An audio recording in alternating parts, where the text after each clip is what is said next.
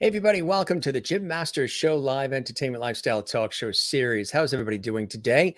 Hope you guys are doing well. In our summer hours right now, it is 8 o'clock in the evening, live Eastern time, 5 p.m. Pacific. And I hope you're ready to be entertained because we've got award-winning choreographer and filmmaker, David Fernandez here. And he is live on location today in Pennsylvania. That's right. He's working on a project in the Keystone State, just outside Philadelphia, in the greater Philadelphia area. He's going to join us in just a minute. We have lots of great things to share with you, to show you, and we're going to celebrate his wonderful career. And of course, we always celebrate all of you. How everybody's doing. Hope you guys are doing well. And how is everybody doing? If I can say it tonight, how's everybody doing? I hope you guys are doing well. I want to check in with everybody and see how everybody is doing. Let's start off by saying welcome to the Jim Masters Show live. And if you're watching on our YouTube channel, which is the way that you would watch it, YouTube channel is Jim Masters TV, and be sure and subscribe to that channel. We would love that.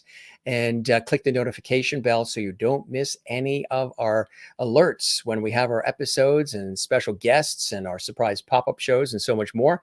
So that's the channel you're watching right now, Jim Masters TV on YouTube. Give it some levity and subscribe to it. We would love it. That's that red button you see there that says subscribe. And also click the notification bell so you don't miss any of the action.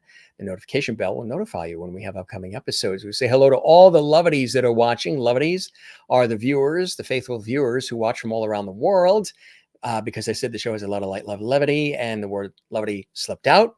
People still ask me about the word levity, so that's why I still explain it. You know, one time in the future, we'll get to the point where we don't explain it. It's just there. But there's a lot of new people still discovering our show after 430 incredible episodes. So I explained it a little bit, what the whole levity thing is. And it's a really cool thing. If it's the first time you're watching, we welcome you, whether you're watching live or perhaps you're going to be watching this later on in the archives. We archive all of our episodes of the Jim Masters Show live. And again, it's really cool to have all of you here. Also, while you're on the YouTube channel, give this episode, this video, a thumbs up on the channel. We would love that if you give it a thumbs up. That really does help us big time. And drop a comment, leave a comment on the actual YouTube channel as well for this episode and all the episodes you enjoy here on JMS Live. A couple other things. We have some new things called Super Chat and Super Emoji, Super Stickers, and now Super Thanks as well. If you want to share a comment and have it highlighted in big, bold colors and have me personally thank you live while we're on the air, check out the new YouTube Super Chat, Super Stickers, Super Emojis, Super Thanks that we are able to offer now because we reached a milestone with the show and we have this capability. And again, that helps the show, but also it allows us to super highlight your comment live on the air. And we personally thank you as well. And it's really, really cool. The comment actually gets highlighted in big, bold colors. Many of you have done that, and we thank each and every one of you who have done that and those who have subscribed to our YouTube channel as well.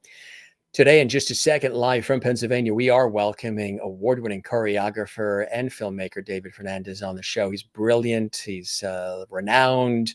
He's legendary, and it's an honor to have him here. He's all excited. He's been preparing all day for this and rehearsing and dancing around the kitchen, the living room, everywhere in preparation. And I hope you have been too. Hope you guys are doing well. Again, if you're not, this is the place to come to be entertained and informed, educated, and Bottom line, have a really good time with us. Let's check in with some of our viewers. This is an entertainment lifestyle talk show series. So as your host, I like to greet some of the viewers as well, and then we welcome our guest on. Mary Bishop is watching in Florida. She says, hello, Jim and Lovety friends.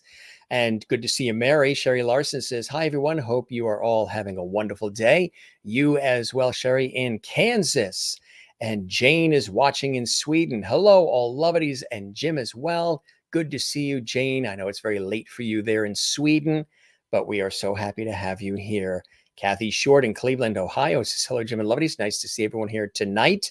Mary is welcoming David as well, which is beautiful. We love that. And let's see, Ann Wozniak is here. Happy Thursday, Jim and Lovety family.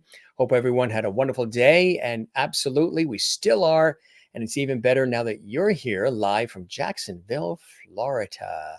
And good evening and morning, my Lovety family. Alessandra, for those of you where it's overseas as well. Alessandra watches in North Carolina. Good to see you as well. Kathleen is here from New York City. That means the New York Mets are not playing. It must have been rained out. And she's here because, well, she loves being here, but she works with the New York Mets. So when they're playing at home, she can't be with us. She has to watch our shows in the archives, which is perfectly fine. She never misses a beat. And, we have May HS here. Hola to David. Welcome. Hola to you, May. Welcome to the show. It's a pleasure to have you here. You're now a Lovety on the Jim Masters Show live. Veronica is here. Veronica Fernandez is here as well. Welcome to the Jim Masters Show live. Merlin is here, one of our faithful viewers from Ontario, Canada. She's checking in. Hi, Jim and all Loveties. Good to see you as well. Everybody's welcoming Veronica. Everybody's welcoming May. Everybody's welcoming David. Merlin does as well. And you are working while you are watching. That is fantastic. Jane says, welcome. And everybody does. We'll continue to thumb through some of those comments that are happening live right now in the Jim Masters Show live. A real pleasure to have you guys here. We've got a great, fun show in store for you. And again, we welcome David Fernandez to the show. Just want to tell you a little bit about him. It's extraordinary. Most acclaimed choreography, 5 variations on a theme, was created for a New York City ballet principal dancer, Joaquin Deleuze. And the work premiered as part of the acclaimed Kings of the Dance Tour. It was performed to standing ovations in New York City and Los Angeles, London, Paris, Rome, Moscow, Kiev, Odessa. Other notable choreography commissions include pieces created for leading dancers of the American Ballet Theater, the New York City Ballet, Kings of the Dance Tour, Dance Theater of Harlem Ensemble, Youth America Grand Prix Gala Concert, and many others.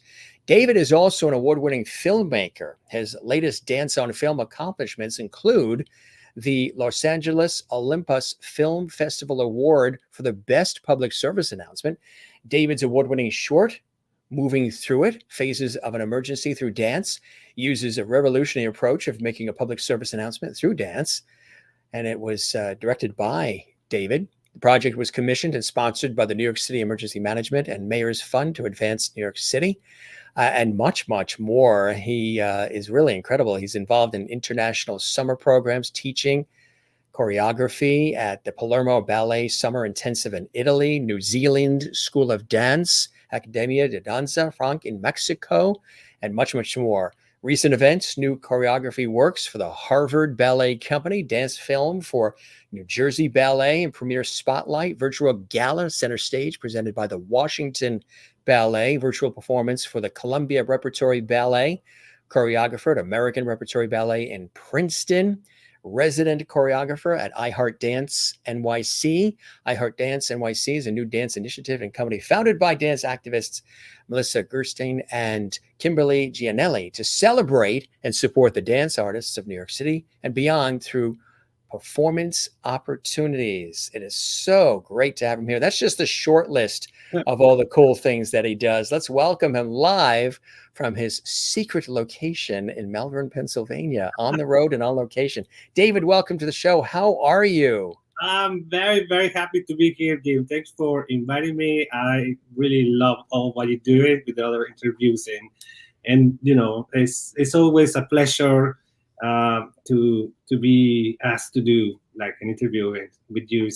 Oh, thank you very much. Oh, the pleasure is all mine. And I appreciate those kind words. You've been watching some of the other past episodes of the Jim Masters Show live. And I guess you're liking what you're seeing and enjoying our vibe. Yeah, completely. It's amazing. It's just one of those things that this pandemic, well, we're going to talk about this, but these things, it will never happen.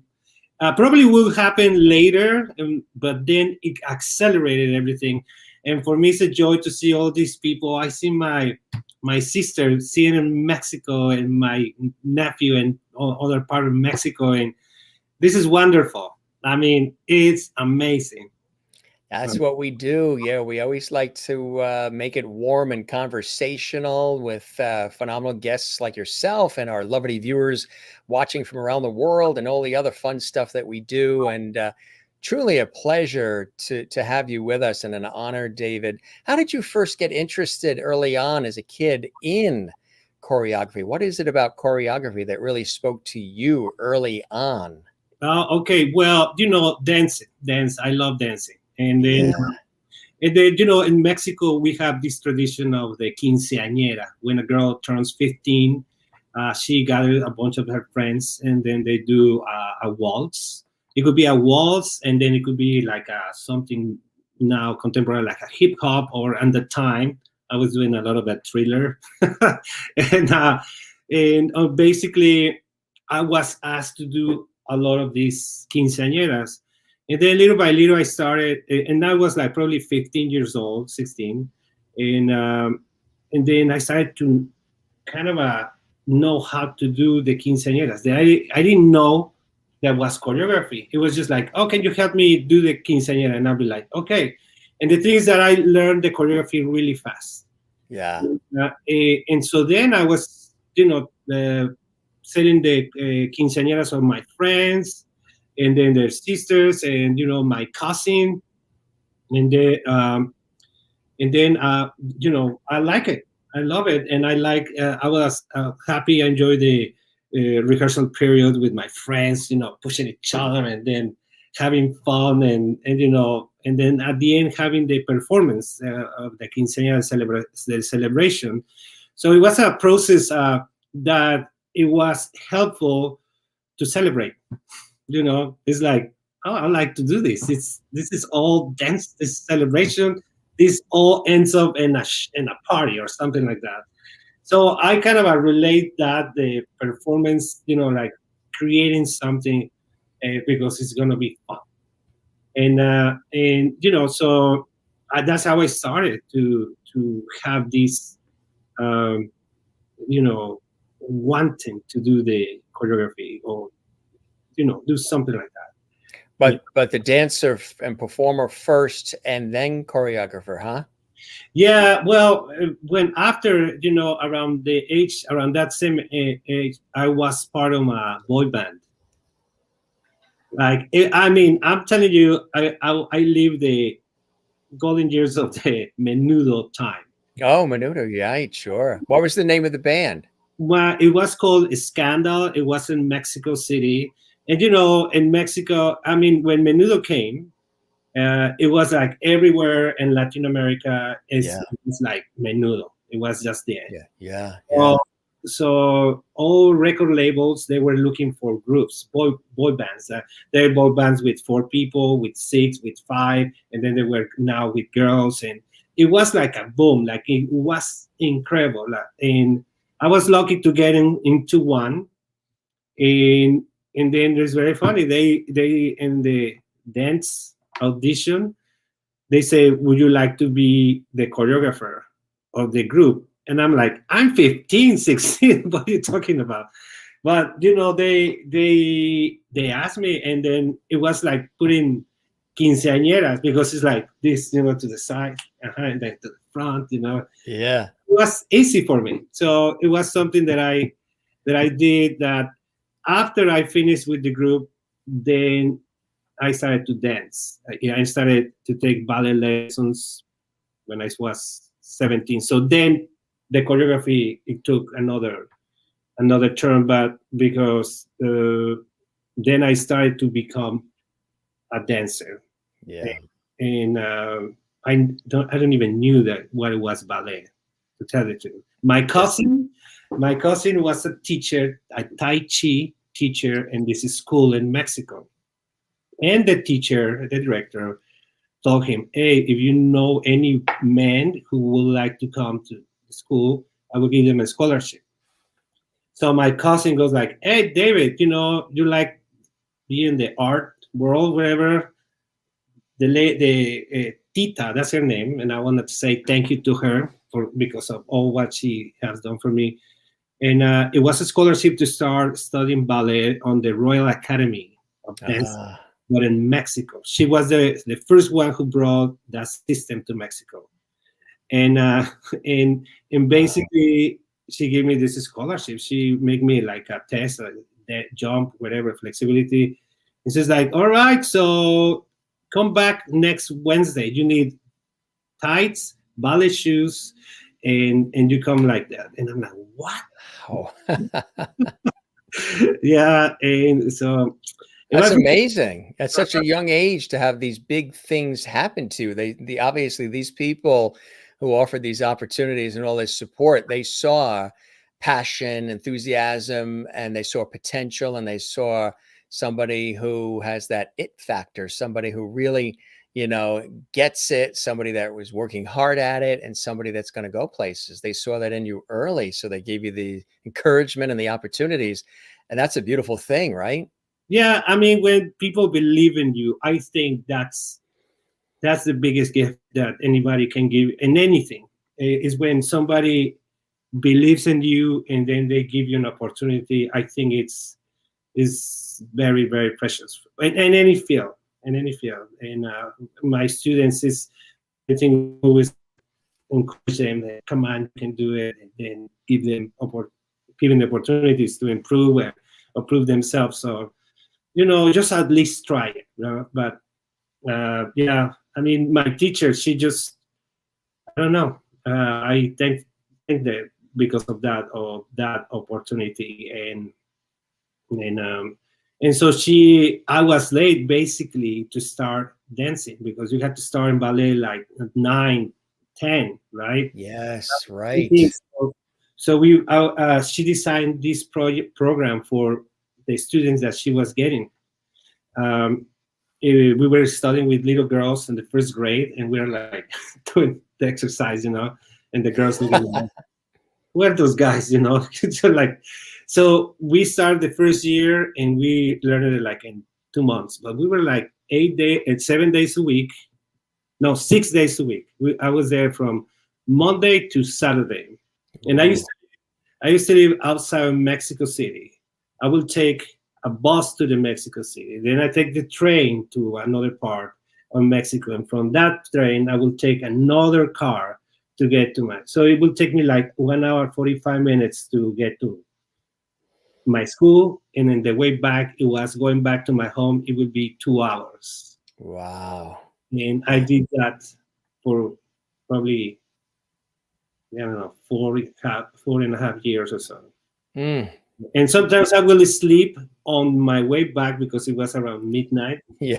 And then my house is my town is here, and then the bus keeps going, and there is a dirt road, and then you just end up a place that it has no light, and it's only one light and makes. It's like a movie. You wake up. I wake up around 2 in the morning, and then the guy was like, "We are here. Get out of the bus." And I'm like, where I'm going to stay? And then guy is like, "You can go and stay there by the church. There is offices there." So I stay there. Wow. So it was it was a lot of traveling. Literally. So, through all of that, what eventually brought you to the United States? What was that Oh, opportunity that brought well, you here? well, yes. Well, when I was doing the dancing over there, I quickly start. I was doing also jazz at the same time doing ballet. So I was rowing in the two fields, the jazz and ballet. But but then I started to do shows in Mexico City, and I work in TV. Then I did some musical videos. I did So you're phone. a videographer and producer, and No, yeah. no. I was dancing. I was Oh, dancing. you were the performer. I was performing. I was just performing at this time, and yeah. You didn't make it onto any of those Mexican or Spanish soap operas, huh? Oh, I tried, but no, I was. That was another. Yeah, Oh, those are very energetic when you watch those. yeah, yeah. Basically, yeah. I did musical. I did Sweet Charity, and Yeah, yeah, and Chet Walker big, from yeah. he Oh, came and set it up. And then the last thing that I did, I worked with Latoya Jackson in Mexico. That was Latoya Jackson. That's big. Yeah. What when you had an opportunity to work with Latoya Jackson, what was that like for you? It must have been like, oh my I God. mean, I'm impersonate. I have videos me impersonate. Well, doing Michael Jackson, Billie Jean. So I love dancing. And then on the time they were huge. We're talking late '80s, something like that. And so she came to the Mexico City. No, to Puerto Vallarta, and she needed dancers and also choreography. So my teacher calls me and says, "Hey, they're looking for a choreographer and dancers." And I'm like, I'm on it. So I call my friends, we rehearse, and it's really funny because she will have an opening part choreograph, the chorus, and the end. And the rest, we can do wherever we want, right? Whatever you want, right? That's where I choreograph. And she came in, and I was like, very excited, very excited. And she is coming in, and she walks in, and she just looks at us, and she just looked each one. Okay. And then she goes and she starts to teach us the beginning, and then she's doing the Michael Jackson movement, the Jackson movement, like a little, Yeah. It like, just wow. there's I something mean, about, right. It's a sort of an exclusive thing. Yeah. it was just like I'm not. She's not like the most like of the Jacksons, but she is still a Jackson, and Oh, she sure. just feels like that, and the vibe and all that family had, she had it. She had it. Yes. She well, had her It's in the own. blood, it's in the genes. Yeah. And Yeah. so after that, I did a workshop in Mexico with a jazz teacher, and then she saw me at the end, and she goes like, "David, would you like a scholarship to Ghost Giordano Jazz then Chicago?" And I'm like, That's "Oh, big. yeah, Yeah. that was big." It was like, so I say yes. I said yes right away, and then a week later, I get the letter saying that I have the the scholarship. And so I talked to my dad, and my dad helped me. And I moved to the States with $300. With $300. Were they dollars or were they pesos? No, dollars. and and Wow. they yeah, $300, and that was it. And Yeah.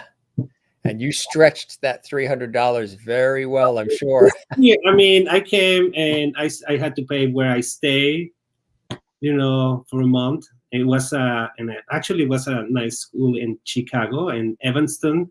It's a culinary cuisine. It was the Kendall College, and you have all the chefs doing the breakfast. All the young, So it was nice.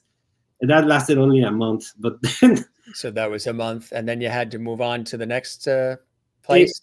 no, I stayed there. I Yeah. stayed there, but then the difficulty was how to pay for things. How to get a job, and because the scholarship was just for taking lessons. Yeah. And I Right. was like, I'd be taking lessons, and I was there, Yeah. never miss a beat. But the other thing was, so I started to teach Spanish, Good idea. but then this lady who asked me to teach her Spanish, she was teaching me English. So sort of like a little bit of a barter situation there. You help me, I help you, and Yeah, we both learn. and then little by little I started to work, do the, you know, Yeah. washing dishes, bussing tables, you know, All Being, that stuff, right? and then I started to get one audition here and there, and then I got an audition and I did Hansel and Gretel. I was, Ah, I cool. was Hansel, the You were Mexican. Hansel? Uh-huh. I was the Mexican Hansel. Hansel and Gretel. It was good. Then I started to get all these little jobs, and then I started to do the Nutcracker, and then the Merry Widow, and then suddenly I started to have like this little network there in Chicago. On several gigs. I'm a free because it's a freelance dance. So you have a job here, with this company, and then you go another gig here, and then you have to work at Gap Kids because I used to work at Gap Kids, and then in Chicago, and then also I work at the FL Schwartz store when they store, and then again do an audition, get another job, and so it was like that.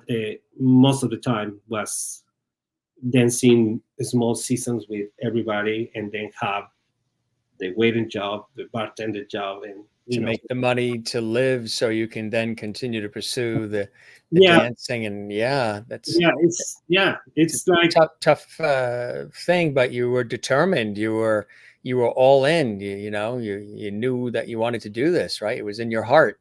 yeah. I mean, yeah. People ask me why you dance, and I'll be like, it's because I like the music. It's because I don't know. There is nowhere straight answer to that because I just don't know exactly what it is. The only thing is that is a need for me to, when I have an idea, and then okay, I'm gonna count, and then look, this is my notes, right? So I don't know if you can see them. So those are my notes, personal notes and stuff like It that. looks like calculus. Yeah, and then I listen, and then I'm like, I need this music to sound like that, and then oh yes, and then it's gonna be this projection in the back, and then I'm gonna have the dances coming this way, and this part is for a group part, and it's just like storm in your head of something that you want to create and give it to the people. It's just I want to create, give it to the people. It's a lot like cooking.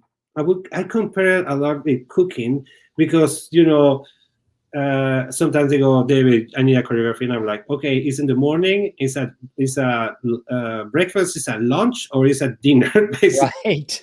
it's like an opening number. Or it's in the middle, or you're gonna want a closer. How many people are gonna show up in the morning, and the breakfast 7 dancers, okay, or whatever. So I start a lot of questions, and then it just it just becomes that when I cook, you imagine people like it, right?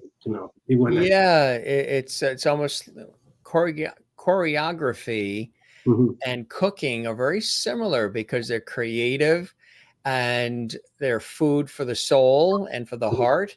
And Mhm. also, there's a physicality to it. And it's a gift you're creating and giving to others. So Exactly. there's a lot of similarities between Yeah, the two, right? yeah. I mean, yes, exactly. A lot of similarities because it ultimately is for a person. It's created to be to somebody. So I'm gonna tell you something, Jim, about when people say dance like nobody's watching, and I'm like, no, Yes. that's wrong. That's wrong because everything that the dancers do, we are constantly addressing to the audience. We are dancing to the audience. Right. It's to the audience. It's like it is not like in your room. Okay, 9 years of dancing, and you're gonna be in your room dancing. No, no, you got to take it. You Got to gotta. project Yeah, and right. Yeah. and all what it is confidence in the dancer. All what I want to give a dancer is confidence that they are dance wherever you want, whenever you want, any place you want, and just dance. Where do you think that confidence comes from within you, David? Confidence. It's just doing what we love. I mean, Yeah. Yeah. no, and definitely, yes, he's doing it, but the confidence is, I find it a lot in the preparation. There is, yes, very cute. All right, you love dancing and you like choreographing, but it comes into the preparation that it makes me happy to come to a studio and to the rehearsal and know exactly how many counts I have, how many sections I have, who's going to be dancing like that. And then that gives a confidence and actually to the group, to the dancers. I come and I'm like, all right, so we're gonna do this. It's about this, and you're gonna do that and that, and then once that we have what I call the playground, then we can be very creative in it, right? And Right. that gives a lot of confidence, but it comes with preparation. It's not just showing up and be I'm great and I'm gonna create a choreography and I don't know the music, I don't know what I want. It's not. I think Yeah. it seriously needs to have preparation. Yeah, I listen to my music, I learn my music, the counts. It could be Beethoven, it could be Bach, it could be Mm, Pink Floyd, all or of it. any music, and I think that's when you show up ready to work, the dancers will appreciate it, and that it is really. I think that's a key element, and being Absolutely. yeah, and I just heard a little ding. Is your bread ready in the oven? Do you have to go check it? oh yeah, Baking bread. Ding, it's ready. I think my friends who are watching the show, they are texting, so Oh, it's they're good. watching the show live all over, Yeah, right? Too around the world. They're watching in Mexico and they're throughout the United yeah. States. And I uh, sent to my friends in New Zealand, but there is crazy. I don't know yeah, if they. all the great comments. Welcome, everybody. It's good to see you on the Jim Master Show Live. Hey, Merlin, who's in Canada, who knows cold weather, knowing that, obviously you came from Mexico, just wanted to know, how did you like the winter in Chicago? Because the wow. Chicago winters Uh, are not even like New York winters. The Chicago winters are like Canadian hey, winters. yeah, I see Marilyn Felberg. She's like, how do I like the way? Look, I came with just a little jacket, and then I said, the day's time to. I came in September, so the little by little the wind starts to come in, and it's a wind that it cuts you.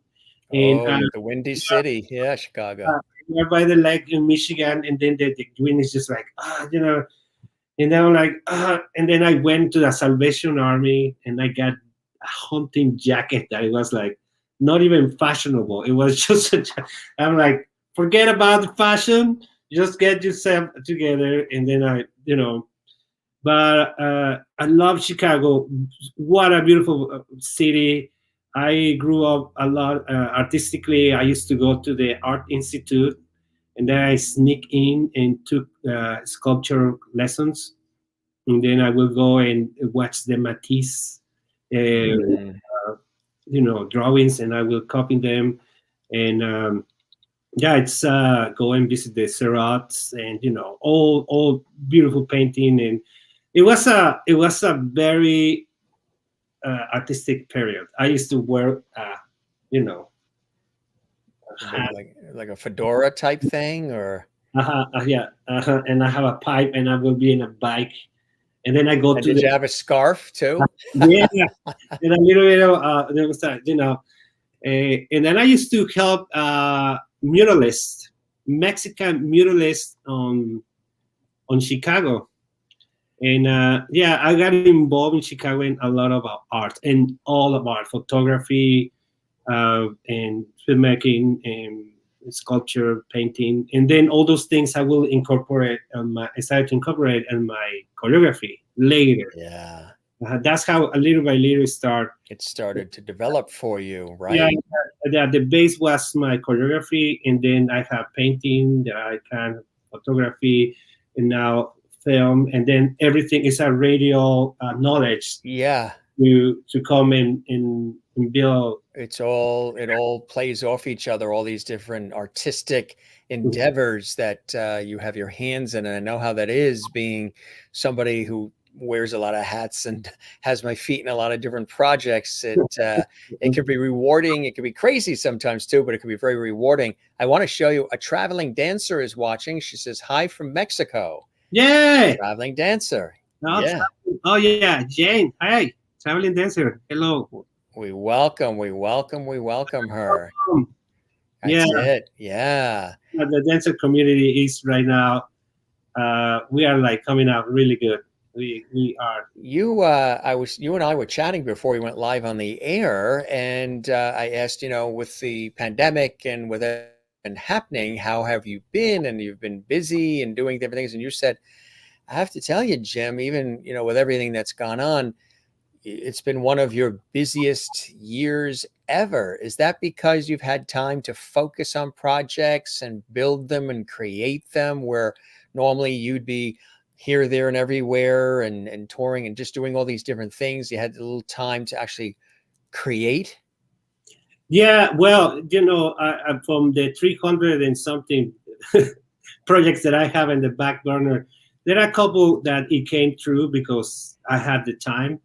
And then there were a couple brand new that they came up in the middle of July. And then I'm like, I want to do this. So I called my friend Chris and we did a dance film. But yeah, it was a lot of time that I have, and I'm like polish some projects. I have one Yeah. coming, but wow, I was so busy. Oh, yeah. I was busy. I was because then later for everybody who's hearing, I used to I did films, and I have my film crew, and then I have the editor, and then they all we all film, and then they will be editing, and then And they'd be filming the productions that you're doing? yeah, and then they will edit it. So then I will go and they start to learn how to edit. Yeah. Then then I start to edit, they will film and they give me the product, and then I will do the editing. Mm-hmm. So it was a skill that I was developing like close to 12 years ago. So it came to the pandemic, and then I have all my friends that were like, hey David, can you help me with these films? And I'm like, yeah, because everybody, a lot of companies, they were ready to perform. Or Right. schools, it was the end of the year performance of schools. So basically, suddenly the pandemic coming in, the kids know the choreography and they can perform it. They can even get close, So the idea was just make them dance, film them, and then send me the video, and then I put them together. And it was done a lot of the times. It was it was being done. So then I started to have one school, then another school, then another school, then a ballet company, then a musical in theater that's called Young and Arts in Bronxville, and we did the Little Mermaid, and the kids were singing, and I had to sing the voices. It was crazy. It will take me. I started editing at 4 p.m. and I finished at 8 a.m. the next morning. And I basically went June, July, August, September, November, up until December. Super busy, incredible busy. That I I can't remember when I was that busy, and during the pandemic. So it That's was. amazing. That's really, I mean, but things are also starting to come back, right? You're noticing Yeah. things are slowly opening Mhm. up a little bit, and that's a positive sign. I know, Yeah, I know the Delta variant's making things tough, but yeah. uh, there's But still hope. yeah, Jim. One of the things that what it happened is that I was telling the directors, well, the quality, the kid is not filming themselves well. I'm like, look, this is right now is not about quality. This is about showing the kids that not only everything is going to be as perfect as they want to be creative. So um, let's do this. There was not a book of how to do this. There was not Right. like, oh, you're gonna take this. There is no. We were doing these videos, and we have a lot of my computers were crashing, and then the Zoom uh, calls were falling, and there was a lot of things that they weren't perfect. But Right. it was a time about not.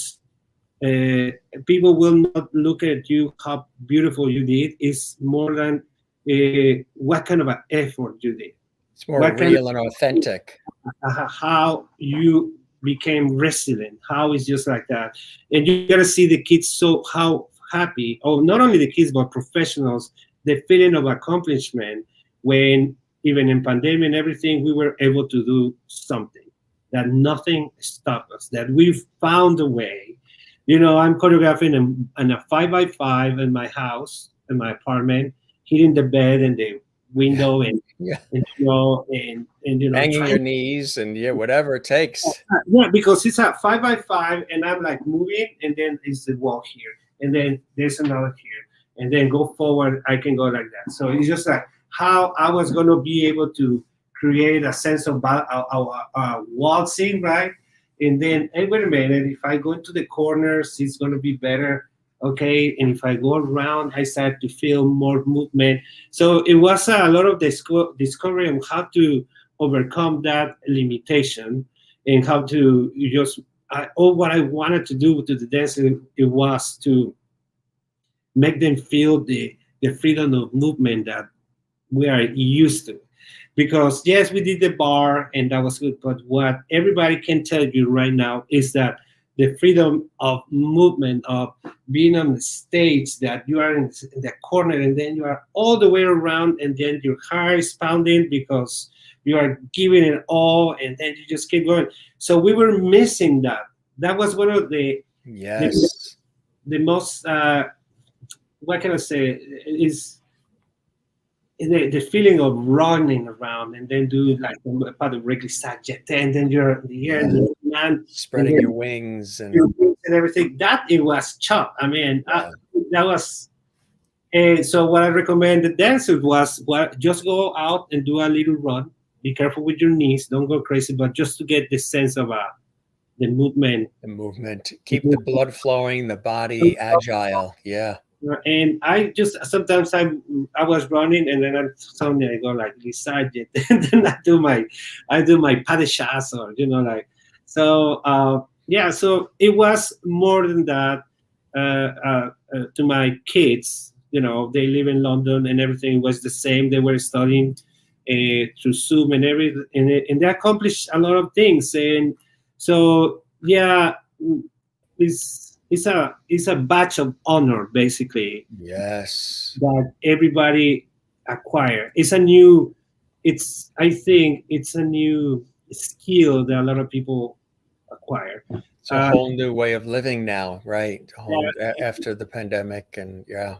like, for example, the last choreography that I did was for the American Repertory Ballet. It's a 20-minute piece, and there are 9 dancers, and I did it all through Zoom.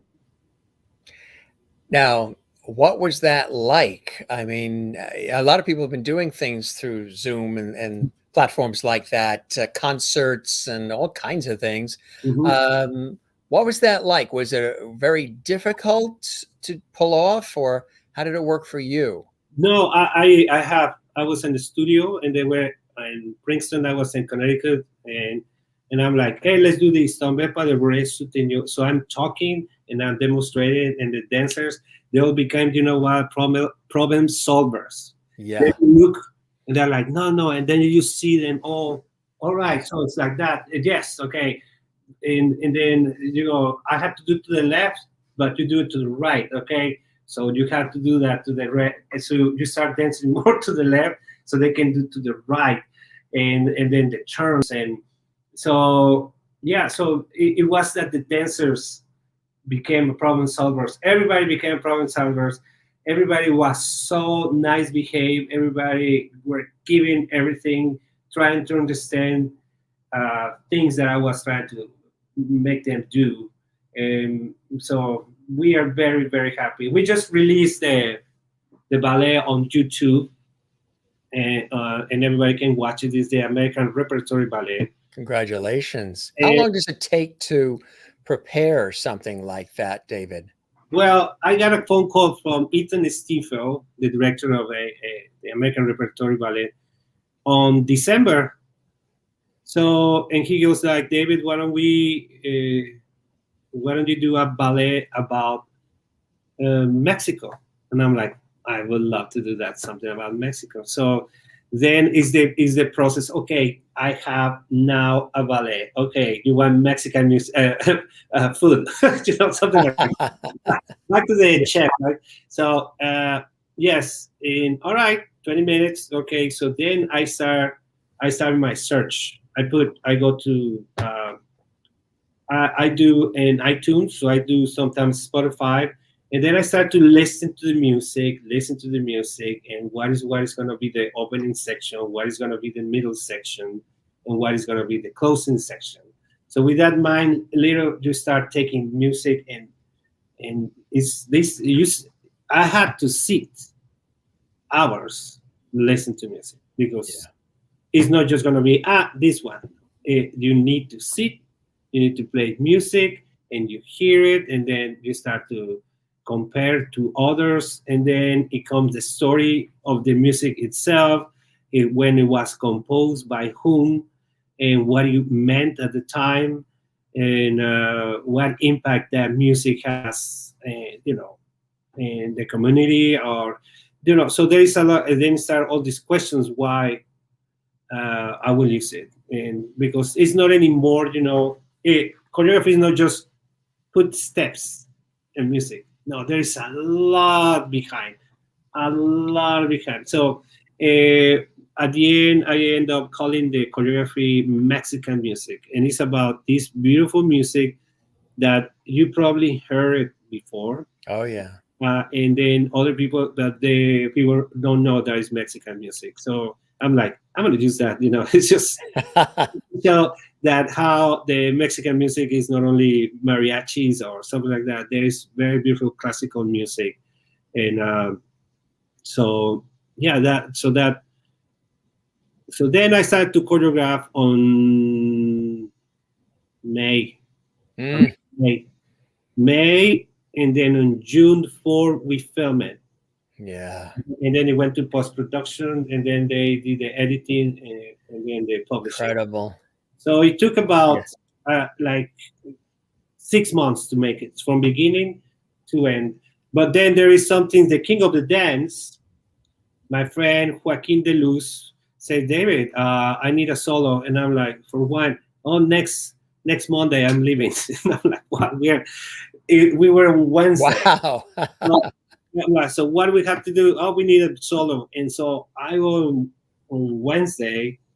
I have this meeting with Sergei Danilov, and he says, yeah, his choreography is Balanchine, Tyler Tarr, Christopher Wildon, and another choreographer, and then we want you to choreograph. And I'm like, what? I'm going to be next to these guys. So Yeah. I Yeah. spent the whole night listening to back solos, right?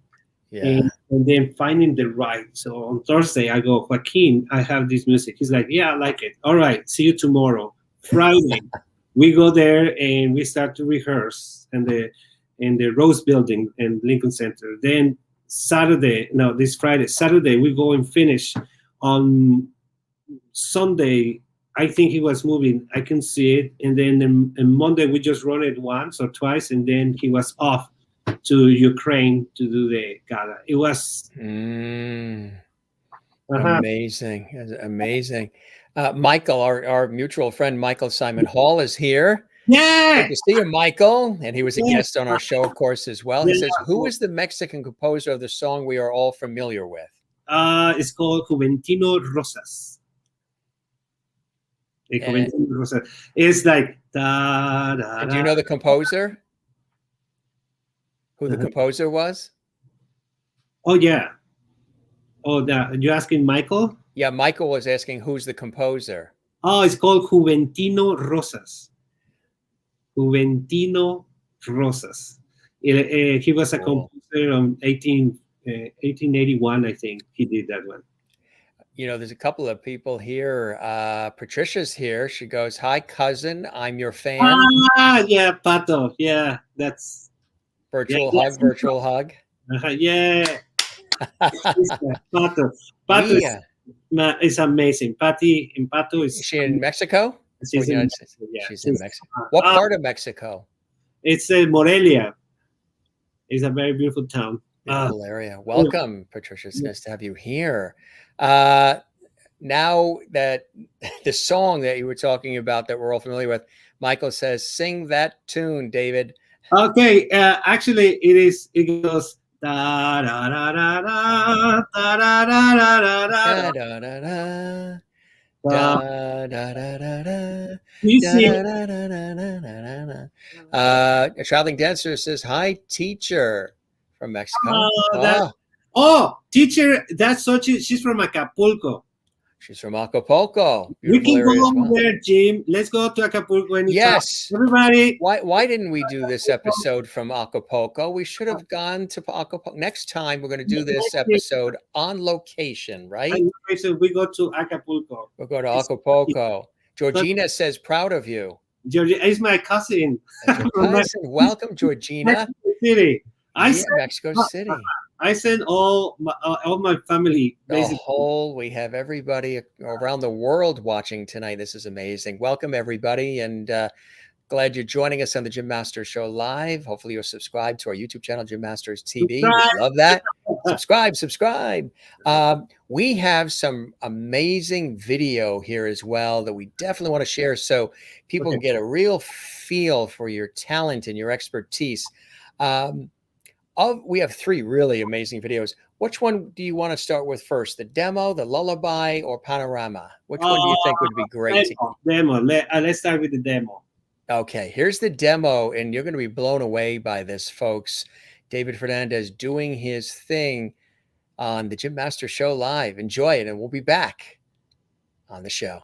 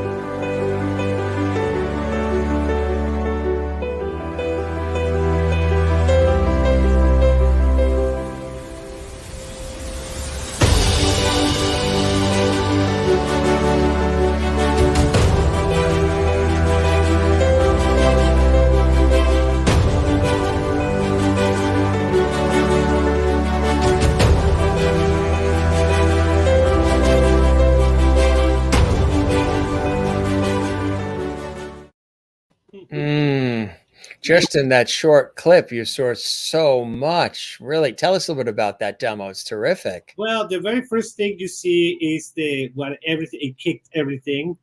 It was the Raven, the Edgar Allan Poe, the Raven, and it took me like 7 years to make it because it was how to create the concept of the book. I traveled to Richmond, Virginia, to the Edgar Allan Poe Museum. I talked to the curators over there. They were very helpful, and actually they gave me a great idea. And so then I came back, and I asked my cast. I was Charles Huskergaard, principal dancer of New York City Ballet, to be the narrator, and then Joaquin de Luz playing the Raven, that he did amazing, and then Veronica Part from American Ballet Theater to play the part of Lenore. So, and that footage is from this guy from Yaniv Schulman and the Schulman brothers, from the creators of Catfish. Oh yeah. So those guys and Henry Juice, they show up and they're carrying the camera, and we don't have dollies, so they were like pushing each other in a wheelchair. Yeah, whatever it takes. So we were very creative. This is 12 years ago. Was it?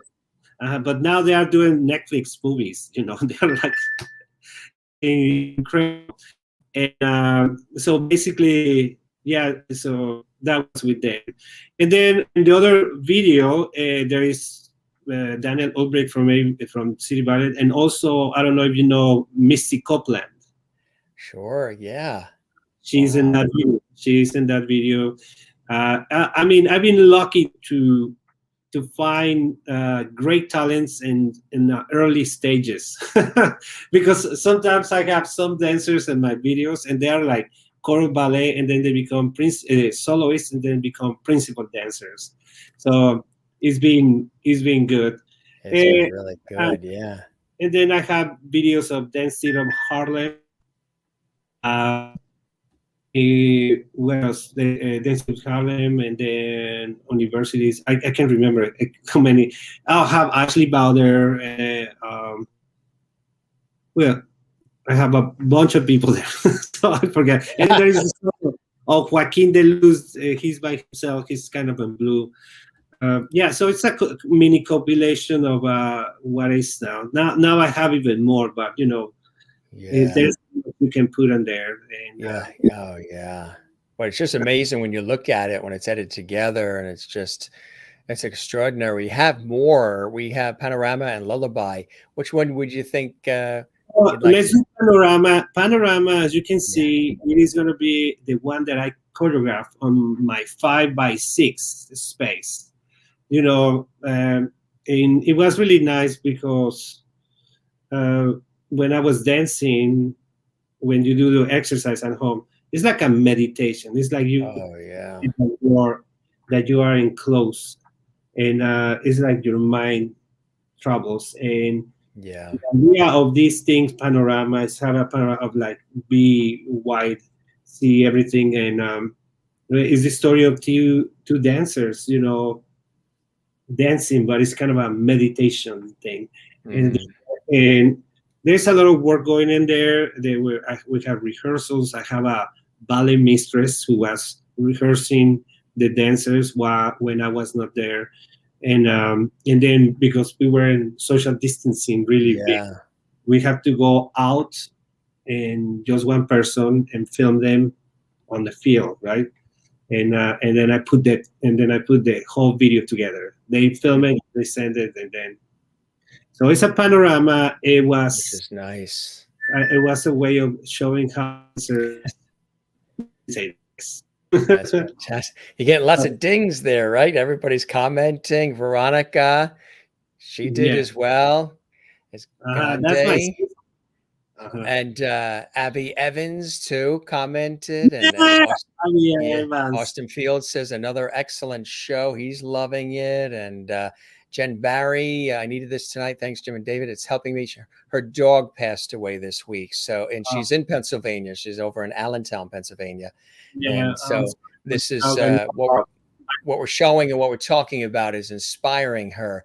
Merlin says ballet is so graceful. You're right. And Kathleen says, very nice. She's in New York City. Sherry's in Kansas. She says, beautiful. Just some really great comments. Jane is watching in Sweden. She says, wow. Really, uh, really beautiful. So, panorama next, then. All panorama right. next. Let's see panorama. All right. Here comes more. That was just, the first demo was just a little teaser for you, folks. Here comes. Now, think big and relax and breathe from the diaphragm. It's time for panorama. This will soothe your soul.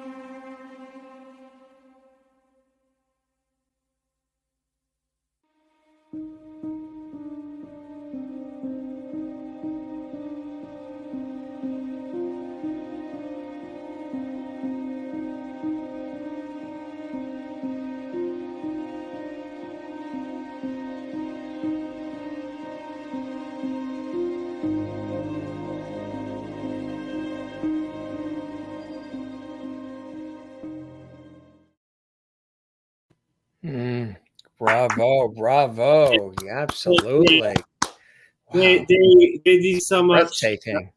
Yeah, you gotta see Rachel. She just posted. Is the girl who opens the scene? She just posted how many takes she took to make that happen, How and many? like she did like 12, 13, something like that. Sorry. Wow. Uh-huh. Everybody's watching tonight. Like, Was all that right, was that the president of Mexico calling in? Saying and bravo? yeah, everybody, Rachel was just like wanted to do these things, and she was explaining in the video that how she loved it to be able to do this. You see, she was in her bedroom. She was in her bedroom trying to do, and I'm asking her to do not easy stuff. She's doing like a Right. pirouette and then finishing arabesque, and she needs to have it in control and uh and you know so it was really, really beautiful experience for everybody and for Eunice and then Koto and all the directors of the New And Year's. you're in on the production and the editing and the final result of that, right? Yeah, yeah, Which yeah. is And great. yeah, Yeah. it's time. It's time, and Yeah. yeah, so yeah, that it was a very beautiful experience that I mean, yes, this happened exactly. It was July, mid-July, like when everything was just going, it was crazy. But we Yeah. managed. I think I thank you, Michael. You see, there's a lot of things Oh, going all on. these great comments. Yeah, Abby Evans says, love it. Kathleen Walker in New York, claps, claps, claps. Sherry Larson in Kansas, USA says, okay, I'm ready for the theaters to open so I can go now. And Michael Simon Hall, of course, our friend, amazing. I hadn't seen this. Bravo from Kathy in Cleveland, Ohio. Georgina, claps, claps, claps. Lovely from Patricia. Anne Yeah, in Jacksonville, Florida says, these are awesome dancers. Austin yeah, Fields says, this is some beautiful dancing. Double wow from Jane watching in Sweden, yay! where it's already tomorrow. It's like 3 a.m., 2 a.m. where she is in Sweden. She's always here with us.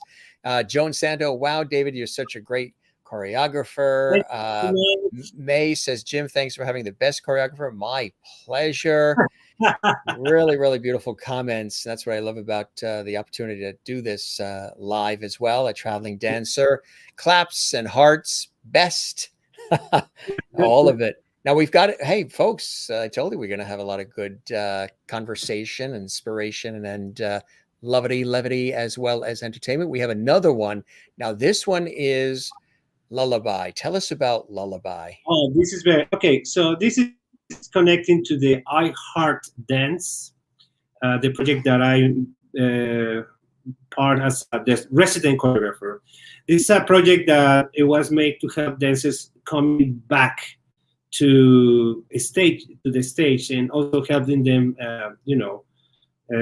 economically too, because they were not, some of them they weren't getting money. It was Yeah. difficult. So these two amazing women, Melissa Gerstein and Kimberly Gianelli, they create this thing that is called I Heart Dance, and it was to do a live performance at the rooftop of the Empire Hotel, right there, right in front of the Lincoln Center, right? And it was only gonna be only 40 people, and they were gonna choose different kinds of dancers from Broadway, from ballet, tap dancers, and contemporary work. So it was very beautiful. It was very successful. We have like 7 performances, and they were all sold out. They were able to, like, I don't know, like $100,000. I can't remember how much the numbers were, but it was very impressive. We have a performance from Fosse and then City of Harlem, uh, Martha Graham. So it was very beautiful. So as a resident choreographer, I needed to present choreography every time, every show. And so this is one of those things that during the pandemic, I have the opportunity to clean an idea with my friend Stephanie Amboyd, who's a composer. Like a year and a half ago, we were, hey, let's do something together. So it never happened. But now with this opportunity, I say, can I use your music? And she was like, of course. And so who's gonna dance it? And so you're gonna see this dancer. Her name is Grace Ann Pierce. We met on December over Instagram. And more than anything is because I started to see the things she was posting, and you can see that she very intelligently and professional. She didn't lose sight of what she wants to do. She was posting on her taking classes and then go into a studio, and she was filming herself doing variations. So Yeah. you can see that it was. And I say, hi, how are you? You know, I like what you posted. And she was like, I like your work too. And she said, why don't, we do something together?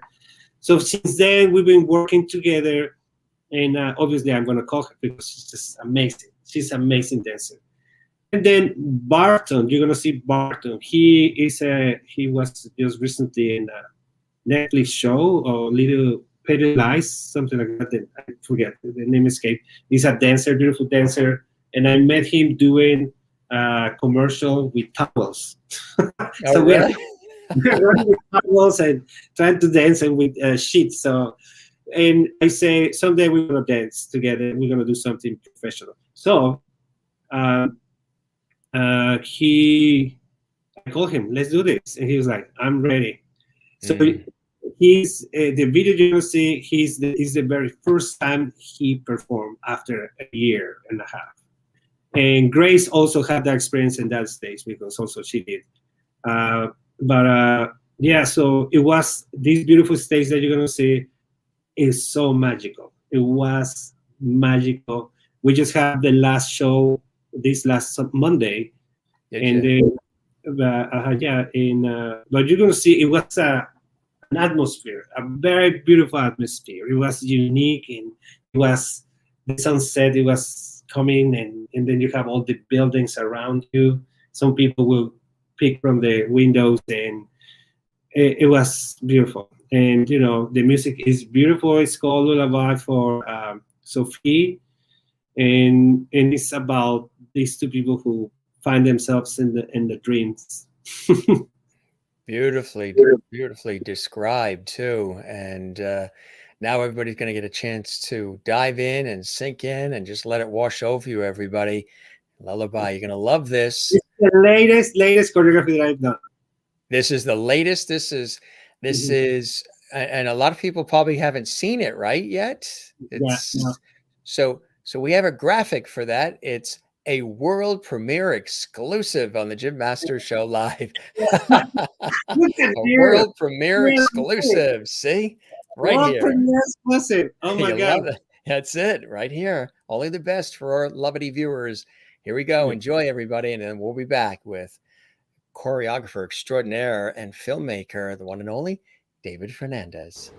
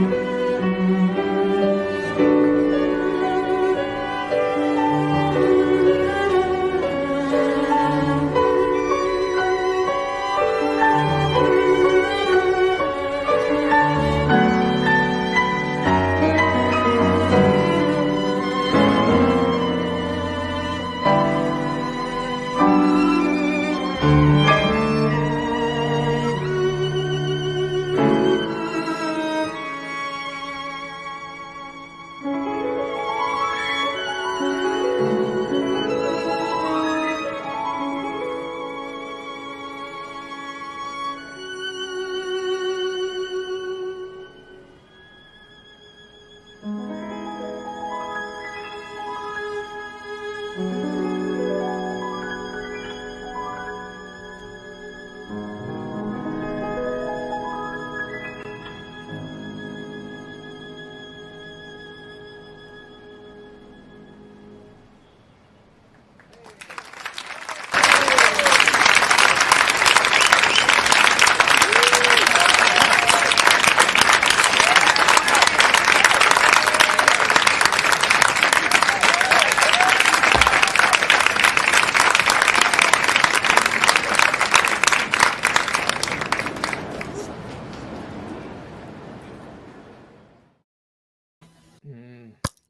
that is breathtaking, very beautiful, very elegant, and very poignant. And the music along with the actual ballet is so perfect. I mean, it's so exacting, and that's another thing that takes a lot of time and attention too. Is that blend, right? Yeah, the blend. It's just, again, you just, I before I even set any step, I need to know the choreo, the the music. Look, like for example, you will look at this. Uh-huh. This is called Lullaby for Sophie, piano trio. Mhm.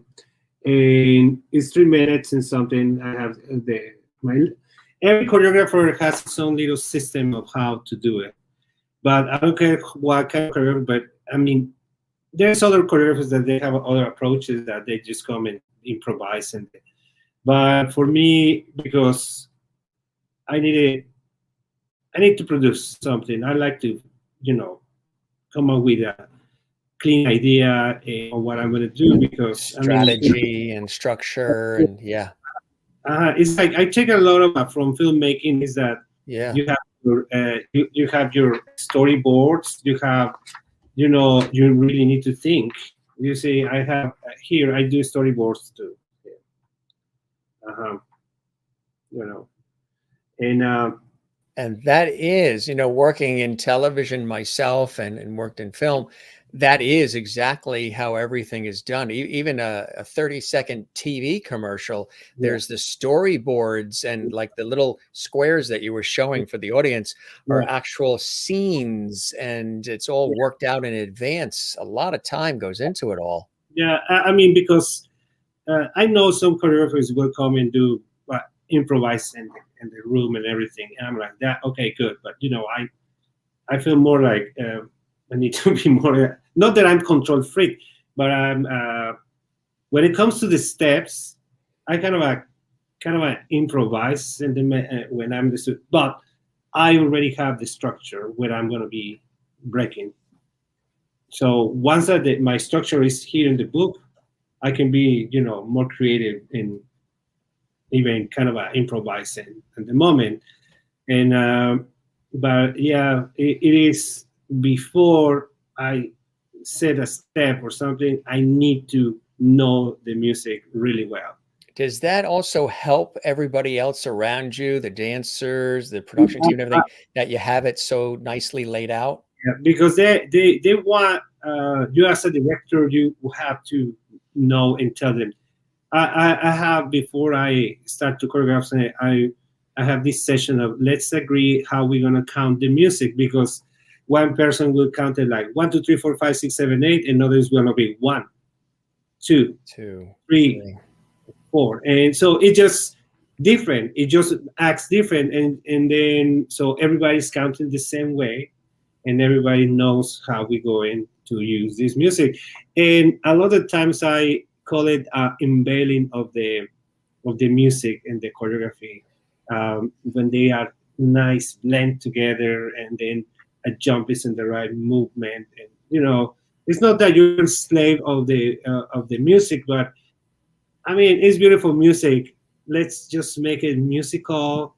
And as I say, always in my choreography, I'm not like trying to do this, want to change the world with my choreography, or like, no, I'm just going to be here entertaining like we are doing right now. We are entertaining, and that's it. And, not trying to change people's minds, or, trying to go with a crazy idea. I'm just wanted to show the joy of dance and have a great time. Right. Let's enjoy this moment, Exactly.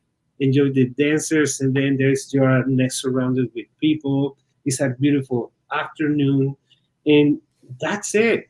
You know, Beautiful and joyful. And sometimes it does, take on levels that go beyond even anything that you might have dreamed up. We've talked about this in the past on our show where, when people create art, they have a certain vision, Mhm. but then when people consume it, they see the vision of the artist, but then they sort of make it their own and they adapt it and connect with it and relate to it through their own life experiences as well.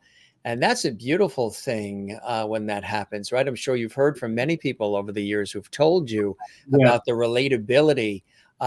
You have a vision for what it is, they understand, appreciate the vision, and then they find these little links that connect them to the actual art.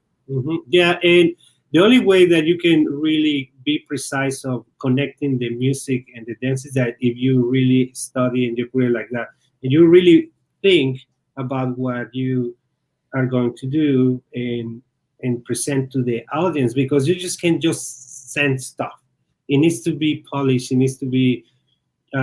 Let's not say that I'm trying to do masterpieces. No. I just want to present you a good job, well rehearsed, well performed, and then you do your interpretation that connect you with the music, and then you kind of relate to what is happening. But it needs to be well spoken, well executed. Yeah, you see that the dancers are rehearsed, and that's one of the things that you can see. Yeah, You had that. they're incredibly talented and so nimble and just they Yeah, flow. but they know what they're doing. You They see, know what they're doing, right? they're not like, oh, Yeah. It looks effortless, like they're just doing it by happenstance, but it's so executed, right? executed is being rehearsed. We have Yeah, a period of rehearse. We have a period of setting up the thing, and then right. a period of rehearse, and then we pull it. And I'm like, can you hold the girl a little bit here? And then you're gonna pull it, and then when the piano starts, she's gonna do with the beret, with the point shoes, and she's moving around him. And Yeah. that, I mean, that doesn't happen in the first time. At the first time, when I'm telling the choreography, is a bunch.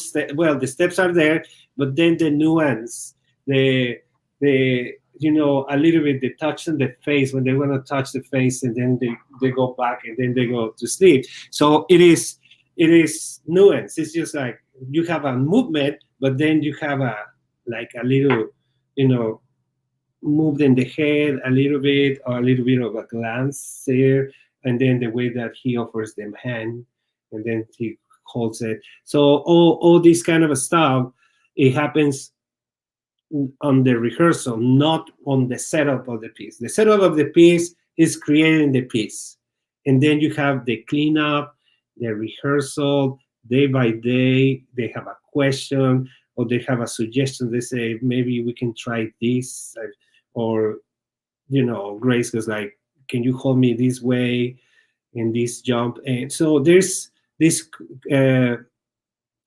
care about presenting something nice to the audience. Which looks like it's effortless and it's just happening. And that's the key to Yeah, that's the brilliance of it all in all these different things that we all do is to make it look effortless, even though behind the scenes there's hours of yeah, rehearsal and doing it over and getting it right.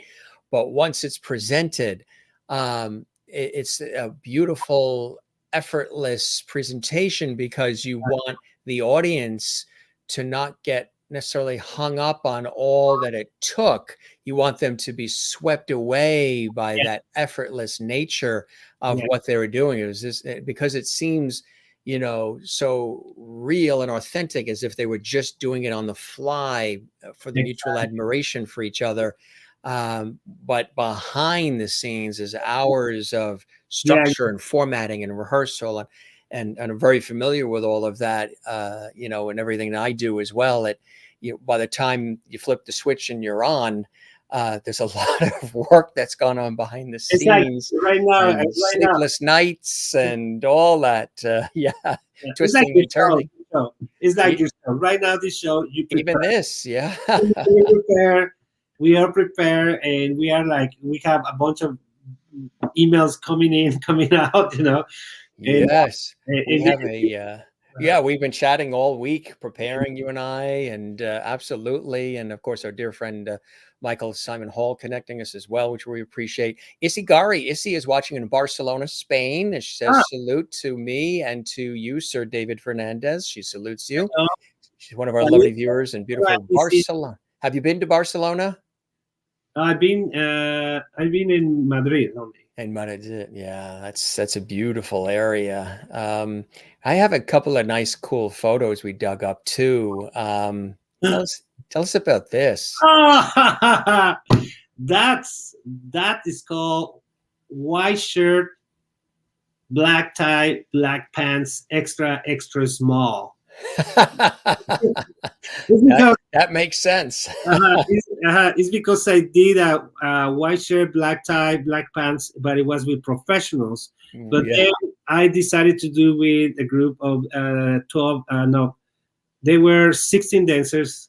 They were from the Dance City of Harlem, Joffrey from Westport Academy, and from Scarlet Ballet. So they were four schools involved in that, and we did a documentary. And you're going to see all these girls. This is like 10 years ago, yeah, and then some of them continued dances. Some now they're going to and they're in college. yeah. It's a very beautiful show, and they have beautiful interviews. The kids and they were talking, They and, love it. All and excited. yeah, they're all very excited. We filmed actually that was filmed at the Mark Morris Studios. Very nice. Yeah, Very nice. that There's was another cool shot we dug up. okay. That's Joaquin de Luz and Ana Sofia Scheller. They are from the New York City Ballet, and they are doing right there Don Quixote, the Corsair. And this was one adventure of me trying to go into do these films about very beautiful pas de deux, and kind of and a more close, intimate look. Yeah. This was filmed on Alvin Ailey, actually. Oh, Alvin Ailey, sure. Yeah. Joaquin, he used that stage. We had to repeat a lot of stuff because he was just jumping all over the place, Yeah. and it was a small stage for him. Yeah. Yeah. And actually, that film, I recommend all the students, all the ballet lovers, is really good because they are amazing. Mm, It's in YouTube. yeah. You can Yeah. find it.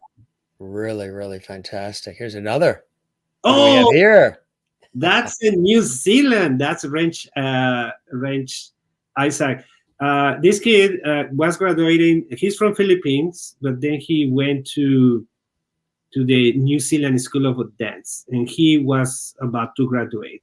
So, like 2 years ago, the director of the school asked me if he can dance that dance that I did for Joaquin, the 5 variations of the theme. That is really really difficult, and I say, can you send me a video of Wrench? Mm, A video of him winning and the in China ballet competition. He is incredible. really good, huh? So Super. then what happened? I said, okay, so we make plans, and then the embassy of United States in New Zealand, they partially paid for me to get there, and it was amazing. When I was in New Zealand, the director made the haka. The school made a haka for me. And the New Zealand, like they go haka, and then they go like that, and I cry in front of the whole school. It's so incredible that they did that for you. Yeah, Absolutely. the whole school, and I had to go and say hello to all the staff, and then you had to say hello and touch your nose and breathe the same air. It's just like the way that you share the air. So then they asked me to come and sit, and I'm in this chair, and then they're like, I don't know, like 50, 60 students, all wearing black, girls, and then the boys are in the back. And then they start singing in Maori, uh, and then suddenly they start to do the haka, and I didn't even know what to do with myself. I didn't know if Mm, to smile, or I didn't know what to do, what to do? because it's so haka, Yeah, yeah, and they yeah, tell me that it's just the way that they try to see if you're afraid of fall. So they're provoking you. They're trying to see who you are. They're like that, and they're like the kids like gonna kill and make these faces and and then the tongues, and basically they finished. I have even goosebumps right now, but then the director said, "Would you like to say something to the school?" Then I'm like, "Yes." And then I stood up and stand up, and I want to start to say something, and then I start to cry. And then I cry, and then when I got my costume, just told them that it was like the most amazing thing that I have ever happened to me, and I really thank them for that. yeah. And also, I told them, look, guys, I'm a dancer. I'm from Mexico City. I never thought in my life that I would be in New Zealand and doing what I do. And it's just because of the dance, because of the quinceañeras in Mexico City. And Yeah, yeah. I had But that, but it's all this hard work. You never gave up. I mean, when you were on that hour and a half bus ride from Mhm, school, mhm. I mean, it's like, those that resilience, that tenacity early on, and those opportunities just fostered this brilliant career. And you are doing that, paying it forward for others, because you Yeah, know how yeah, difficult it is. You know how not everybody becomes a star in all of the work, and you have to love it, and you have to give mhm, 110% constantly, yeah, and all of the blood, sweat, and tears and emotion that's involved in it as well. You know that from all the way back when you were a kid in Mexico City, and all, coming to America with $300. I mean, the whole story. And then, here you are now paying it forward, teaching others and showing others, which I think really is a beautiful thing. There's yeah. another. Oh, that's a cello point. That's done, and that's clear. I mean, this there's some dances that they just I call it my music. Yes. Donna right there in the middle. This a company is called Cello Point, and is her father of Donna right there in the middle is Peter Whaley. He's one of the best, one of very famous cellists in America, and he teaches Juilliard. And when she was little, they have an idea of doing a concert, and Mhm. Peter play, and then Donna dance. So then Donna invited a friend, and then their friend invited another friend. So then little by little, they became a company, and one of the ballet teachers of the company suggested them to contact Mm. me to do choreography. And so I was doing this amazing choreo. I have this great opportunity to choreograph beautiful music played by super amazing musicians. Incredible. I call it like kind of like the jewels of my choreography. It's just so nice. Right now we are not doing anything, but we did every year a show on New York City, and it is so beautiful. It's one of my favorite things that I ever do, because Mm. it was so beautiful. Yeah. What are some exciting things that you have coming up as well that we could look forward to, David? Well, right now I'm going to be choreographing with Jackie Bologna, that she's from New York City Ballet, and Jonathan, who dances, freelances, and all everywhere. He's an amazing dancer. I'm gonna do the Romeo and Juliet scene balcony Mm. and ballet. Wow. Musical Prokofiev. Mm. Yeah, that's one. I'm also in film. I'm gonna do that a film. That'd be nice. And kind of I don't know how I'm gonna do it, like a little bit more contemporary.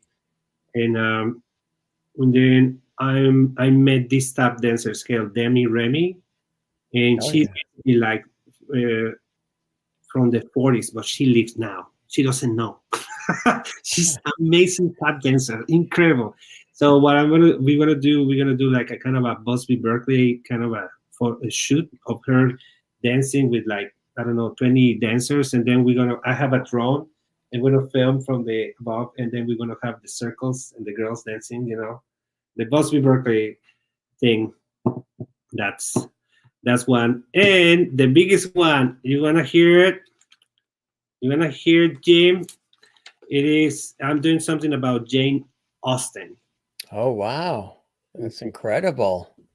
Jane Austen. That is Yeah, exciting, huh? it's a project that I've been working for over 13 years. I've been doing my research. I've been doing all the possible things that I can. I've been in her house in Chinatown. I've been in where they film Sense and Sensibility. I've been Yes. where the big scene of persuasion happens, and the Cove and Dorset, and so it has been. I think it's gonna the biggest project that I've ever done, and it's called the Jane Austen Heroines, and it talks only about the girls. It talks about Emma Woodhouse. It talks about Anne Elliot, obviously Elizabeth Bennet, and Marianne Dashwood, and Fanny and Price. So it's all these heroines on Jane Austen's books, and it's all about Jane interacting with them. So you don't see. So that's what it's happening. And then there's a little bit of twists here and there. And Jane, as she used to play the piano in the morning, she wake up and play the piano. And all her scores, the family took care of them and they put it on the museum. Right now, you can see all her favorite music in the museum. And Fantastic. Yeah. and then they made it into they digitized it, and now you can hear music that Jane Austen playing her piano Hmm. in recordings now. Now we There's can hear it in recordings. and so there's the piano is called there's one that is called Jane Austen Entertains, and then Jane Austen music handbook, and it's all her music. It's And all her music. Yeah. it's like she says, David, here's make Here, me a ballad. And that's what I like to think that and you she. make magic with it. Uh, What a gift. yeah, I've been working on that. It's really, really, really good. I'm right now doing the casting of it, and it's gonna be a film, kind of a film format, and then obviously it will be able to be performed live. That's going to be amazing. That's really going to be amazing.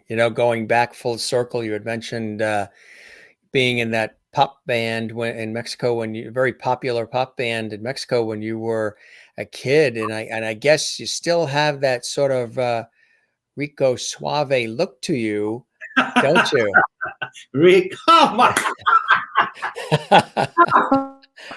God, Rico Suave, there he oh is. God, Once the way. pop star, always the pop star. There he is. I look like Mark Anthony right there. Right, Yeah, actually, Mark Anthony looks like this was like 5 years ago. This is yeah, in London today. That's that's in in London. London. Yeah, Yeah, yeah. Well, I would like to say hello to my two boys, Felix and Tom. They live in they used to live in London, but now they live in Surrey. I yeah. was there with them, so I traveled to London. I was traveling to like before the pandemic. I was traveling close to every 6 weeks to London, so back and forth. And And that's why looking good doing it. yeah, honestly, Rico's funny. Rico Hilarious. Suave. Oh my God. I don't know. It's just I don't know how many to do that. That's yeah. I have to say, And you're in front of a door, so are you going in or are you coming out?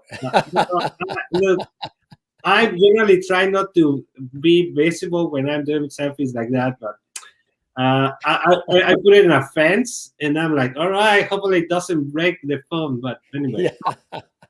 That is funny. That is funny. Dawn is loving it. She says, haha. Welcome, Dawn. It's great to have you here on the show. Dawn Dini. That was funny how he said that. LOL. The Rico Suave. Rico, sorry. Suave. Remember that? That goes back a little bit. No, but yes. Rico Suave. Well, I could have said Ice Ice Baby. Maybe That's a whole other one. You know. Yeah, That that's is amazing. So you're enjoying the ride. It's a blessing to do all of this beautiful work. And what are some of those other additional blessings and joys in your life that keep you inspired and keep you going doing this work, David? Yeah, well, you know, I have to tell you that before pandemic, I didn't have a lot of contact with my family and my extended family, my cousins and everything. And thanks to this, now we are really close. We are so close. And also crazy. My mom is 85, my father is 88. Oh, And God bless them, huh? then, hey, I'm calling you in WhatsApp. All right, hang up. And I'm like, all right, my father now knows how to video chat, my mom too, you know, and it's just crazy. Then we have these groups with my cousins and we are laughing and we are just, it was this reconnection of people that we That's what's happening. Yeah. And then this the blessing is that we can now reach even wider audience, wider people, more people that to share or message, you know, that you know you before. This is why I started to do dancing films, because before, as a choreographer, you have an idea, you present this to a company, and the company goes like, no, and then they put it on the side, and then your idea is never is never created. It just stays there, and you can have a whole stack of books like that with ideas, and they never created. But what if instead I ask permission to the director? I go like, I need to talk to the dancer. So you go and talk to the dancer, and then you go and do this, and you say, hey, would you like to do a choreography? And they're like, say yes. So then you create your video, and then so your idea, it becomes reality. So the whole thing about social media, you know, I got hired because of YouTube, I got hired because of Facebook, is that if you're a creative person, you are no longer Limited at somebody say you can do it, you can't. No, right now this is open for everybody. You have an idea, or what I recommend you have an idea, a play, you have a song or something like that. Just film yourself and do it and share it with the world.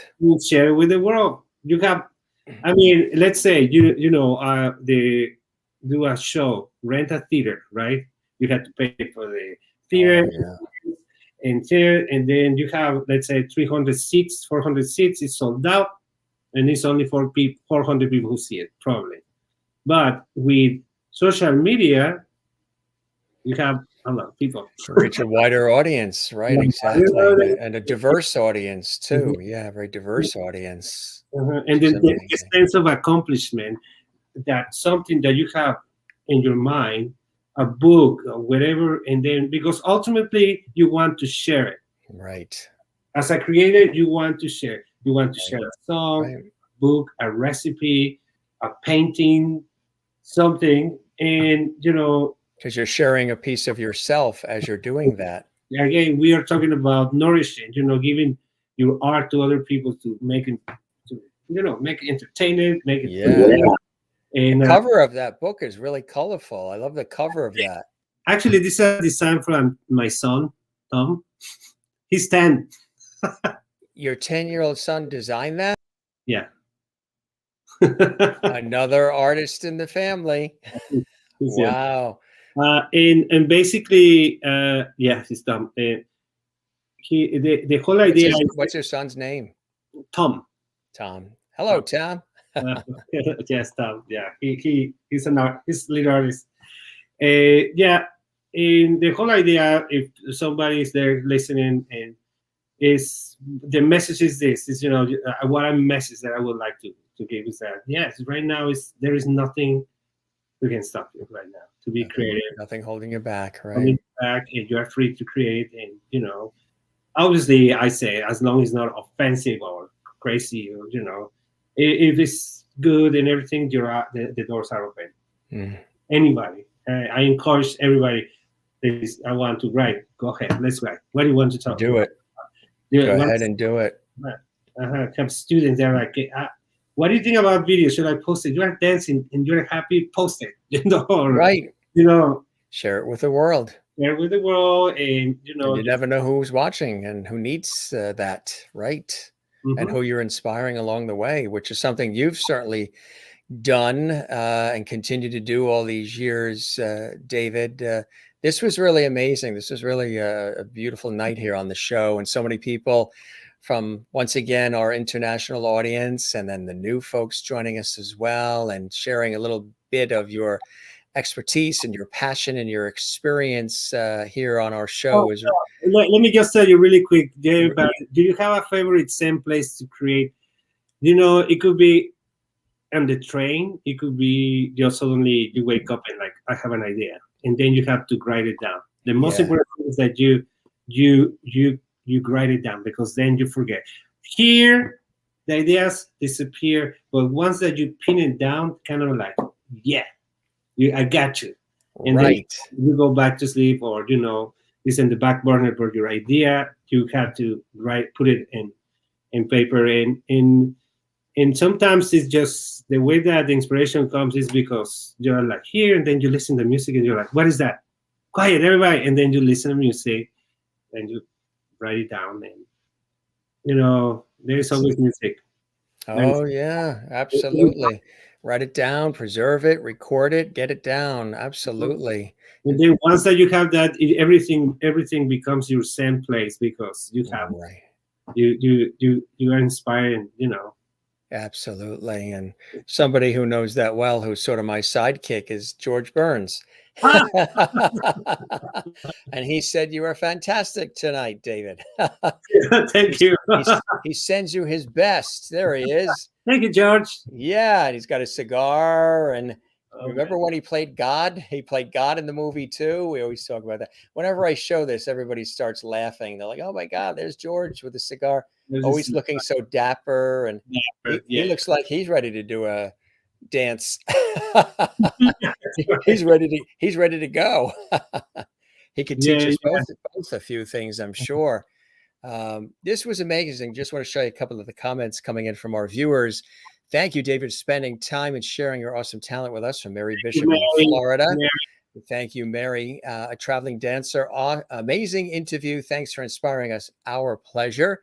Smiles from Mhm. Isigari in Barcelona, Spain. Love it. She loves the illustration. Fantastic. Kathleen in New York says, thanks for sharing with us, David. And uh, many, many more coming in here. We I appreciate all the comments coming in.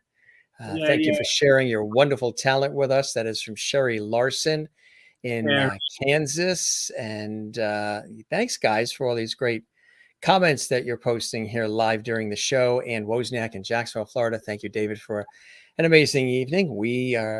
It is our blessing to do this for you guys 7 days a week, yeah. 430 episodes live. Just want to thank you very much for being here. Merlin in Canada enjoyed herself on the show as well. And let's see, a couple more here. Dawn says, love the dance. Thank you. And Kathy Short in Cleveland says, great show tonight. Thanks, David. Okay. May says, thank you for such a great interview. We miss you in Mexico and wish you all the success in the world. Nacho Allen and Andrea, thank Yeah. you very much. Thank you very much for joining us, and I hope you guys will join us again.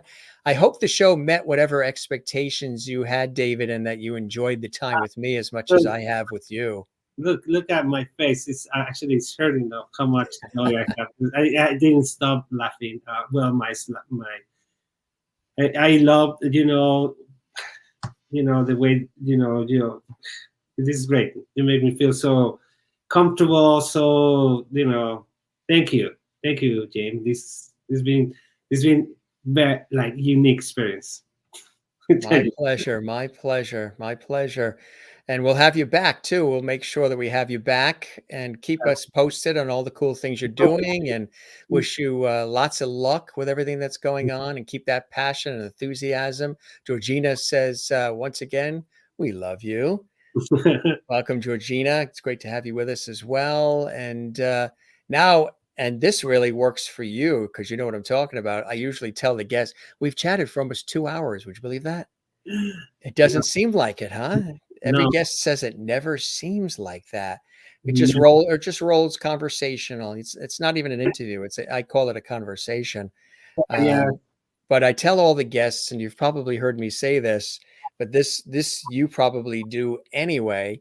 I tell the guests, since we've been chatting for a little bit, now go stretch those legs. You do that every day. That's something you do every day. You stretch your legs probably 4 times a day. yeah. No, it So was that's today. nothing new for You you. know, Yeah. funny thing is that you know that picture of the kids with the ties. Today I'm setting the piece. Well, today I was rehearsing that piece with the new cast, and actually I have even younger children doing. So it's just Oh, really. that's cool. That is wonderful. Good stuff, my friend. Ann says good night, Jim, David, and lovely family. To you as well, Ann. David, thanks for stopping by the Jim Master Show Live. Spread the word. Tell everybody about our show. We would love that. As Michael told you, it's all one big happy family here. Jane in Sweden, who's still with us. Where I think it's now got to be what Thank you, Jane. 4:30 a.m. for her in Sweden. 4:30 in the morning in Sweden. She says good night as well. This was a real pleasure, my friend. Let's stay in touch. Hopefully, we'll get together in person. Dawn says good night, all. Thank you, Dawn. Great to have you here as well. And hopefully, we'll get together in person. Keep me posted on everything. I would love that. And break bread. Well, That would be cool. thank you very much. This has been great. Thank you. Thank you, Jim. Master. Perfectly named, right? Yeah, I'm like, is that the real name? Yeah, people say that. They're like, "Come on, your name isn't Jim Masters. You made that up." And I'm like, "No, no, no. I'm the fifth, James. I'm the fifth." This other, yeah, it's the real name, real name. Issy, Gracias. yes.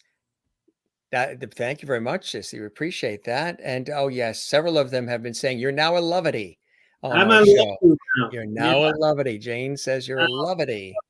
yeah, All these awards you can get, but when you get a lovety on the Jim Master Show Live, it makes you feel pretty good, doesn't it? yeah. You've worked all your career just to be a lovety on this show, and we love that. Yeah. Have a good night, my friend. It was a All right, you pleasure, too. David. And thank you very much. It's been great. Thank You're you. welcome. We'll chat again soon, okay? Have a good night. Good night. Bye bye. Adios. Adios. Bye-bye Bye. now. David Fernandez here on the Jim Masters Show Live. What a night, huh? Really, really, really entertaining. And we appreciate him joining us here on the show. He was a real sport, great music, great entertainment, great dance, choreography, and sharing his passion too for what he does. And some really amazing stories about how it all began when he was in that boy band, a very popular boy band when he was a kid in Mexico. And then, of course, all of the blood, sweat, and tears and toil in Mexico to get to the United States with $300 in his pocket. And he works his way through Chicago and then makes it to New York. That's truly an American story, huh? The land of opportunity type thing you always hear about. A success story right there with David. Jane in Sweden, where it's 4:30 a.m. Hopefully you'll get some sleep, my friend. Good night, everyone. David and Jim. Now it's 3:55 a.m. where you are. Wow. Bedtime for you, Jane. Get some sleep. Hopefully you don't have to work tomorrow, or it is tomorrow for you as well. A traveling dancer says, good night, teacher and Jim and everyone. A traveling dancer, thank you for being with us as well. We appreciate that. And we appreciate all of you. And Tomorrow night, Tony-nominated producer Robin Gorman Newman is going to be joining us live on the Jim Masters Show live. That's going to be absolutely amazing. Robin will be here 8 p.m. Eastern, 5 p.m. Pacific. We look forward to having Robin on the show. She's got lots of cool things to share, lots of great things to tell us about. We're going to have a great, great time. Again, we've planned this episode with Robin for a while, and it's been really exciting. We thank again award-winning choreographer and filmmaker David Fernandez for joining us, stopping by the Jim Masters Show live with a little bit of his Rico Suave. You're not going to forget that picture now, are you? Good way to wrap it up. He's terrific, very, very talented, and it was a pleasure having him here. Now on Saturday, we're going to be here too. The hits keep coming, folks. On Saturday afternoon, we have celebrity, nationally certified pet sitter, live from Los Angeles and Hollywood, California. Heather Branch is going to be with us. We're going to be talking pets. Yes, with Heather Branch. She's been in movies, film, commercials. She's been interviewed on television. And she is going to be with us. It's going to be a terrific show. I know you guys love pets and food and some of these conversations. She's going to be with us at 3 p.m. Eastern, noon Pacific on a special afternoon edition of the Jim Masters Show Live. Then live from Ireland, 16-year-old Irish soprano phenom, Ruby O'Kelly is going to be here live from Ireland. She's a brilliant singer, very, very popular, up and coming. We're going to have some music and chat with Irish soprano Ruby O'Kelly live from Ireland. And that's coming up on this Sunday at 2 p.m. Eastern, 11 a.m. Pacific, and it's going to be 7 p.m. in Ireland. That's why we're doing the show earlier at 2 p.m. here Eastern, where we are in the New York, New Jersey, Connecticut area, because it'll be 7 p.m. for her and her family in Ireland. Don't forget to subscribe to our YouTube channel, the channel you're watching right now. We would love that. Jim Masters TV. Click the notification bell so you don't miss any of our upcoming episodes, our surprise episodes. Jim Masters TV is a channel dedicated to entertaining and, of course, informing, educating, and inspiring, which we do all the time as well for all of you, day in and day out. Don't forget as well to smile, gang. We always talk about that. During the pandemic, we've certainly needed to do that, but we should do it not just when there's pandemics.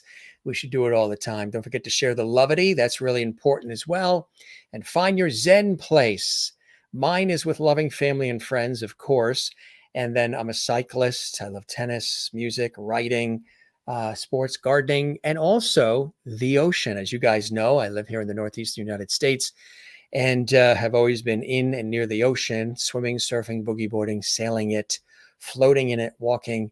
The ocean for me, that's the Atlantic Ocean you're looking at, and the ocean for me is a big Zen place. Also, my work in television and radio and stage and film over the years, on air, on camera, behind the scenes, also a Zen place for me as well. Gang, you guys are the very, very best. We appreciate all of you being here. A couple more comments. And we've got great shows coming up tomorrow and throughout the weekend for you. A good variety of shows. Every episode of our show is something a little different. And I think that's really, really cool.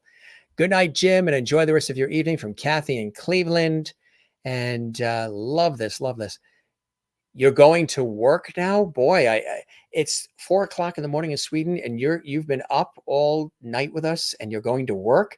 I hope, because I know you work at the airport there in Sweden. Well, hopefully you got a nap. I hope you take a nap earlier in the day so you join us late there in Sweden, Jane. You're a real trooper. Kathleen Walker says, great show. Thanks, Jim. Have a great night. See you soon. Good night, all. Kathleen in New York City. Isigari in Barcelona. Wow, Jim. Thank you very much. Good to see you here tonight from Barcelona, where it's also very, very late into the evening. And a traveling dancer says, wow, incredible shows. Yes, every show is something cool and exciting, and we love it. Sherry Larson says, good night and day. Everyone have a great Friday. It's almost the weekend. Good night, Jim. Moi from Isigari. You as well, Isi. Thank you very much. And you guys are the best. Good night, everyone. David and Jim. To you as well, Jane, and everybody watching.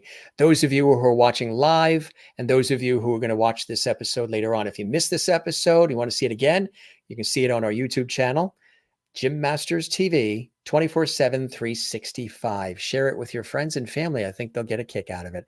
We again will be back tomorrow night with Tony-nominated producer Robin Gorman Newman. She's going to be with us live, 8 p.m. Eastern, 5 p.m. Pacific, which are our summer hours.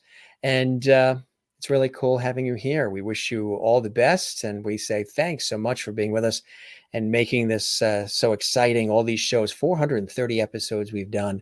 Amazing. Rodriguez is here. Rodriguez says, hi, welcome. It's good to see you as well, Rodriguez. Thanks for watching our show, and I hope you will watch again soon.